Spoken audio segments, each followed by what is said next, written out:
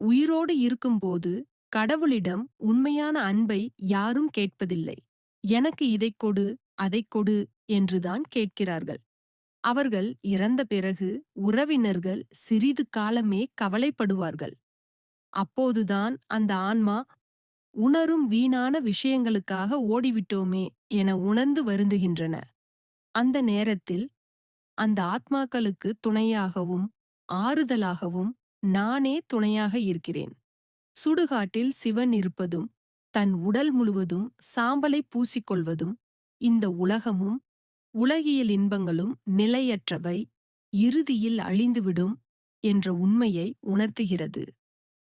சுடுகாட்டை பாதுகாப்பது மட்டுமல்லாமல் அங்குள்ள ஆத்மாக்களுக்கு வழிகாட்டியாகவும் அவர்களது இறுதி பயணத்தில் துணையாகவும் இருக்கவே சிவபெருமான் சுடுகாட்டில் காவல் இருப்பதாக கூறப்படுகிறது.